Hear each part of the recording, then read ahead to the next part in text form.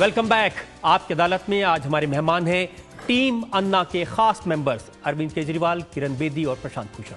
आपकी अदालत में अगला इल्जाम। आपकी अदालत में टीम अन्ना पर आरोप है कि इन्होंने सांसदों का अपमान किया।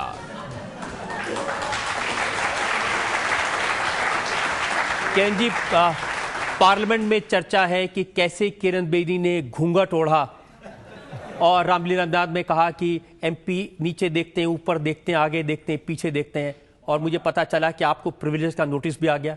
मैंने झूठ क्या बोला?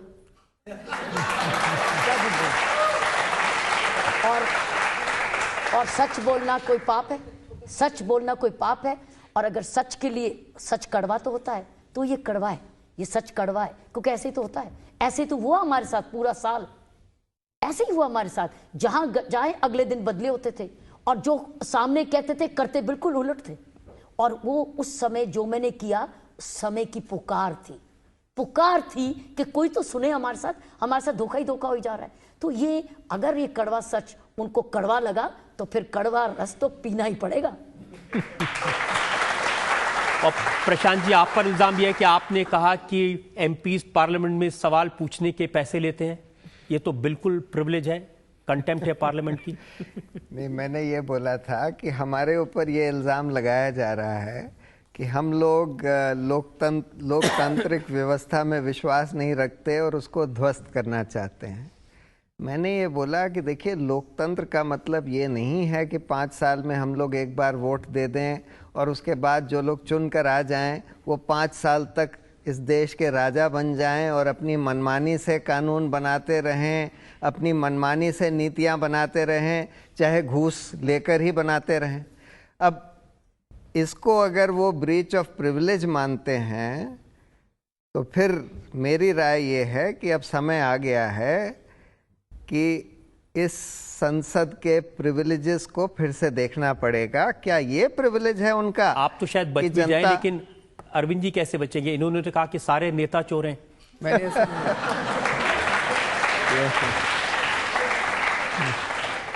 मैंने ऐसा कभी नहीं कहा कि सारे नेता चोर हैं, लेकिन मैं केवल ये कहना चाहता हूं कि संसद ने आज तक जिस तरह से काम किया, उसने जनता की एस्पिरेशंस को, उनकी डिमांड्स को, उनकी इच्छाओं की पूर्ति करने में संसद हमारे देश की नाकाम रही है। इस बारे में कोई दो राय नहीं है।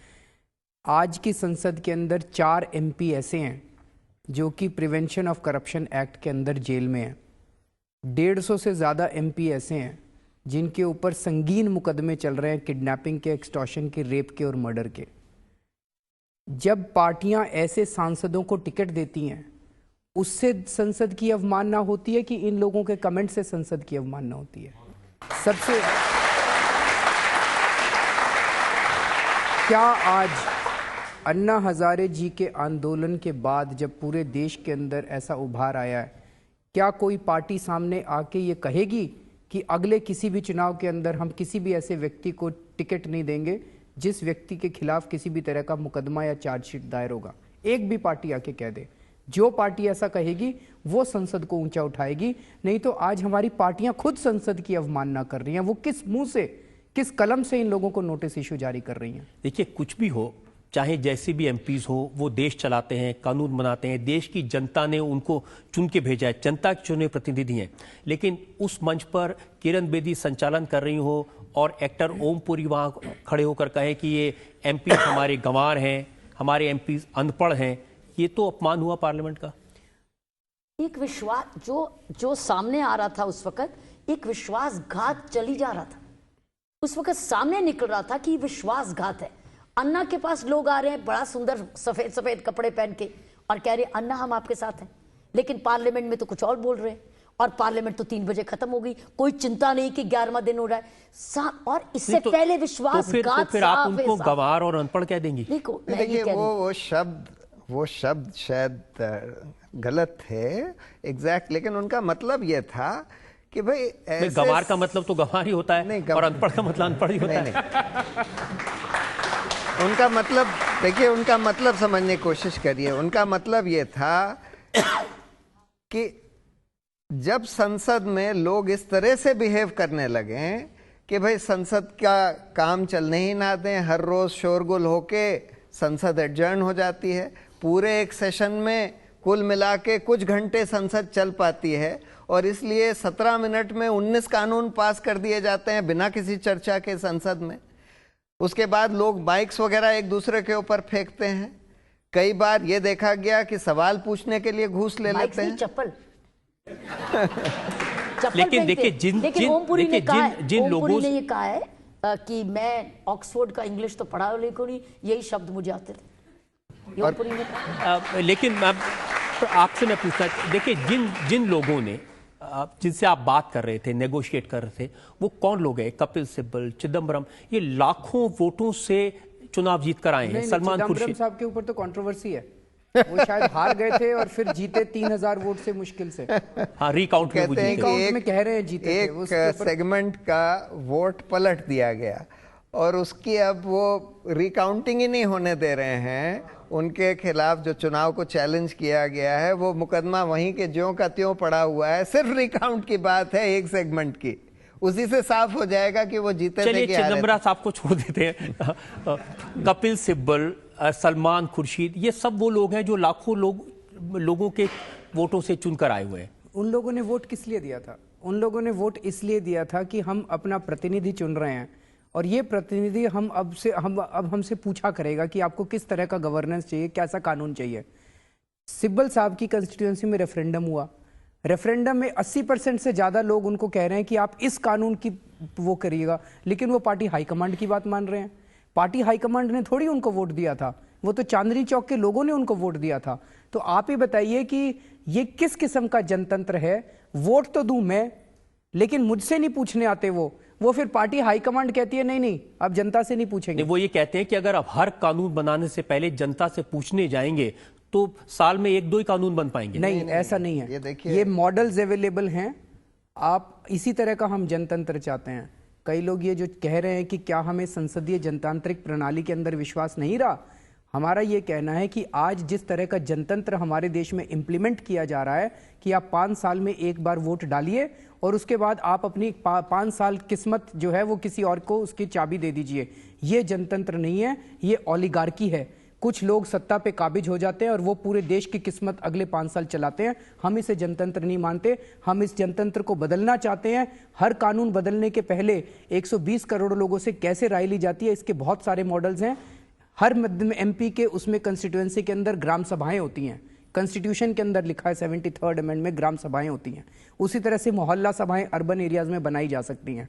उसकी कॉपी वहां पे भेजी जाए, 10 दिन के अंदर चर्चा हो जाएगी। वो लोग अपना अपना मत भेजेंगे एमपी को, अपनी कंस्टिट्यूएंसी के मत को लेके फिर वो संसद के अंदर जाए और बताए कि मेरी संसदीय क्षेत्र जो है ये कह रहा है। पार्टी हाईकमांड से पूछ के ना, जनता से पूछ के जाए कि मुझे कैसे वोट करना है। तो फिर पार्टी हाईकमांड अगली बार टिकट नहीं देगी उनको, तो पार्टी हाईकमांड को भी टिकट देने की जो प्रणाली है वो भी बदलनी पड़ेगी। पार्टियों के अंदर जो जनतंत्र नहीं है, पार्टी हाईकमांड किसी को भी टिकट दे देती है, वो भी हमें बदलना पड़ेगा। इनर पार्टी डेमोक्रेसी के लिए भी आप कह रहे हैं कि जो लोग कह रहे हैं वो सरकार सुन नहीं रही है और जो सरकार सुन रही है वो लोग कह नहीं रहे। Exactly. अब यहाँ जो लोग बैठे हैं उनसे पूछते हैं वो क्या कहना चाहते हैं। जी, आप यहाँ फर्स्ट रो में। हाँ, why not Shri Anna Hazare and you 3 people sitting here, why don't you join the active politics? You go for election, win the election, come to the power, and after that you can implement any bill, any law that will be much convenient for you. So यही सवाल है कि आप active politics में क्यों नहीं आते? अन्ना हजारे जी और आप सब। एक नागरिक इस देश का मालिक होता है और जो इलेक्टेड रिप्रेजेंटेटिव और ब्यूरोक्रेट्स हैं वो सेवक होते हैं। आप कह रहे हैं मालिक की कुर्सी छोड़ दीजिए, सेवक बन जाइए। ये बार बार ये कहने की कोशिश की जा रही है कि अगर आप भ्रष्टाचार के खिलाफ आवाज़ उठाएं तो आप पहले इलेक्शन लड़के आइए। ये बिल्कुल कॉन्स्टिट्यूशन के खिलाफ है, जनतंत्र के खिलाफ है। मैं एक आम नागरिक के तौर पे भ्रष्टाचार के खिलाफ आवाज उठा सकता हूं, ये मेरा राइट है। जिस दिन इस देश के लोग आंदोलन करके इकट्ठे होके सड़कों के ऊपर उतर के कानून बनवाएंगे, उससे जनतंत्र सुदृढ़ होगा। केवल इलेक्शन लड़के एमपी आके अच्छे कानून बनाए ऐसी परिकल्पना हम करेंगे तब तक जनतंत्र सुदृढ़ नहीं हो सकता। लेकिन जब आपके आंदोलन को सपोर्ट करने के लिए ऐसे लोग आए, हमने अखबारों में पढ़ा कि विश्व हिंदू परिषद के नेता अशोक सिंघल उन्होंने कहा कि रामलीला मैदान में जो खाना सप्लाई किया जा रहा था वो विश्व हिंदू परिषद के लोग कर रहे थे।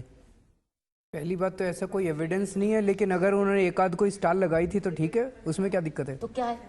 हमें नहीं पता था उन्होंने स्टॉल लगाई है, लेकिन अगर उन्होंने स्टॉल लगाई है तो कोई दिक्कत देखिए, नहीं। हम लोगों का प्रिंसिपल बिल्कुल क्लियर था कि हम लोग अपने मंच पर किसी पार्टी के लोगों को और जो टेंटेड लोग हैं, चाहे वो करप्शन से, चाहे कम्युनलिज्म से या किसी और भी खराब चीज़ से, उन लोगों को वहाँ कोई जगह नहीं देंगे अपने मंच पर, और उनके साथ मिलकर हम लोग कोई चीज़ ऑर्गेनाइज नहीं करेंगे। लेकिन अगर कोई भी पार्टी का, कोई भी ऑर्गेनाइजेशन का आदमी वहाँ रामलीला मैदान आ जाता है और वहाँ पर अगर खाना लोगों को डिस्ट्रीब्यूट करता है तो उसको हम लोग रोक नहीं सकते थे। अगर वो अपना बैनर वहां लगा देते आरएसएस का या बीजेपी का, तो हम बैनर जरूर उतरवा देते। लेकिन अगर कोई आकर वहां पर, कोई आरएसएस का मेंबर है या बीजेपी का मेंबर है, वो आकर वहां पर सपोर्ट करने के लिए आ जाता है और लोगों को खाना बांटने लगता है, तो उसको हम कैसे रोक सकते हैं? ऐसा एक भी बैनर देखा? प्रवक्ता ने क्या ऐसा किसी पार्टी का एक भी बैनर देखा? एक भी बैनर आपने देखा?